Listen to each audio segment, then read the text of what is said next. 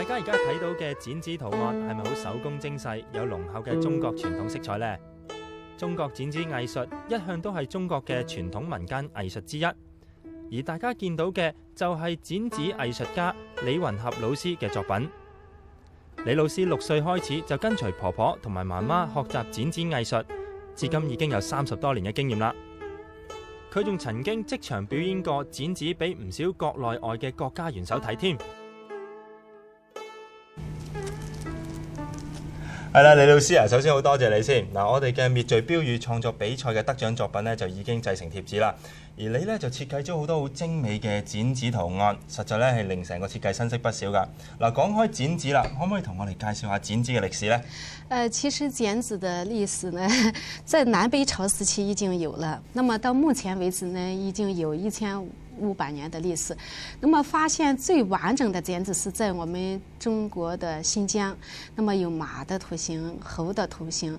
那麼我們國家呢，已經把它申請為世界非物質文化遺產之一了。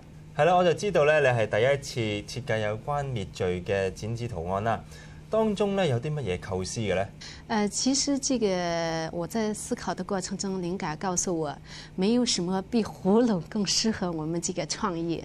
因為呢，葫蘆呢，它有辟邪的作用，也有願望的作用。然後呢，我們通過這個葫蘆，把一些罪證吸到葫蘆裏邊，希望這個社會來和諧。那麼呢，願望呢，就是它有一個夢想，讓我們這個社會平安，然後呢，社會呢，整個呢安全啊。然後家庭和睦啊，我覺得這個內容比較好一點。李老師啊，今日咁難得上到嚟啦，你會為我哋剪啲咩圖案呢？我今天會幫我們香港剪一隻飛天牛。飛天牛。睇住李老師喺度剪紙，係咪好想知道剪紙嘅基本技巧同埋要訣呢？那麼剪紙呢，我們講究呢，就是你拿剪刀要穩。落點頭呢又準確，那麼左手右手要協調，這個協調都很重要。然後剪的時候呢，我們通常講究5心合一，就是首先你剪之前呢要靜心，然後要細心，要用心，要有耐心，接着要有恆心，就5心合一才能做出一個好的作品。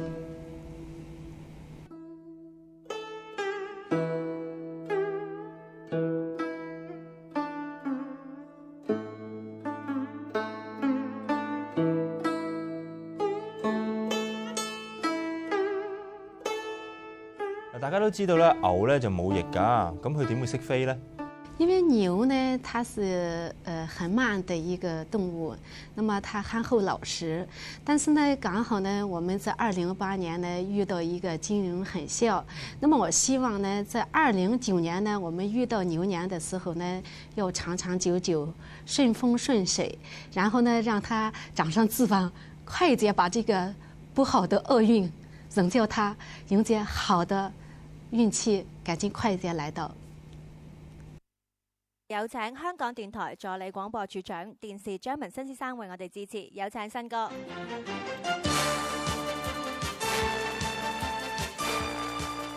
各位我哋嘅警察公共關係科嘅同事，各位青少年朋友、各位嘉賓，仲有係我哋電視機旁邊嘅觀眾。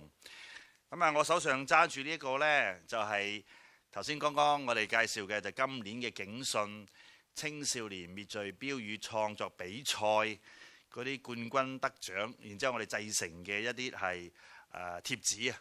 咁你從呢張貼紙入邊呢，你已經知道呢後面係做咗好多嘢。除咗係香港電台同埋呢個係警務處幕後嘅工作人員個籌辦之外呢，咁另外貼紙入邊呢，你見到好多嗰啲剪紙嘅功力喺度。所以呢度呢，我哋要首先呢，我哋其中要多謝個嘉賓呢，就係李雲合女士，多謝你。咁當然啦，都叫做係呢一個標語創作比賽，咁自然呢，阿寶 Sir 有冇留意到呢？頭先阿利小妹妹手攞住嗰個設計呢，咁除咗呢有佢創作嘅標語之外呢，仲有好精緻嘅剪紙圖案添噃。係啊，嗱，今次我哋青少年滅罪標語創作比賽所有嘅得獎作品呢，已經係印製成呢個貼紙，準備咧送俾廣大嘅市民㗎。為咗令到設計更加出色啦，同埋富有新春嘅色彩咧，我哋咧仲特別揾咗剪紙大師李雲合女士咧仗義相助添。不如呢個時候咧，我哋請李老師上台同我哋傾下偈，好唔好啊？有請李老師。請李老師。首先喺度咧，要多謝晒李老師咁支持我哋警訊節目同埋幫手嘅。係，多謝晒你。阿李老師又想問下咧，咁今次咧你用咗幾耐嘅時間咧去製造呢啲嘅剪紙圖案呢？用了幾天的時間。我用咗幾日。對。用咗幾日嘅時間，咁都唔係好長。不過咧，我知道非常之有心思嘅。大家會唔會好想睇下咧李老師嘅作品呢？得，好快就有得睇㗎啦。呢個時好啦，家寶 Sir，為咗咧報答啦幾位嘉賓啦對我哋今次比賽啦同埋警訊節目嘅支持啦同埋協助，我哋有少少嘅紀念品啦送翻俾佢哋以表心意嘅。係啦，跟住落嚟咧，我哋有請警察公共關係科高級警司曾艷雙女士同埋香港電台助理廣播處長電視張文新先生咧上台代表致送紀念品嘅，有請兩位。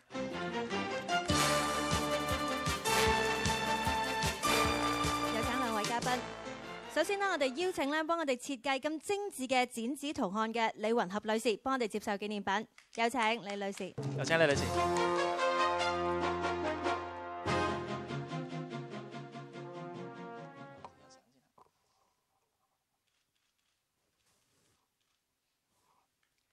多謝晒李老師。唔該晒李老師。另外咧，多位嘉賓留步咧，我哋有一張影大合照嘅時間嘅。咁喺呢個時候咧，我哋請埋阿李雲合老師啦，同埋其他嘅得獎者一齊上台，我哋有一張大合照啦，好唔好啊？有請咁多位。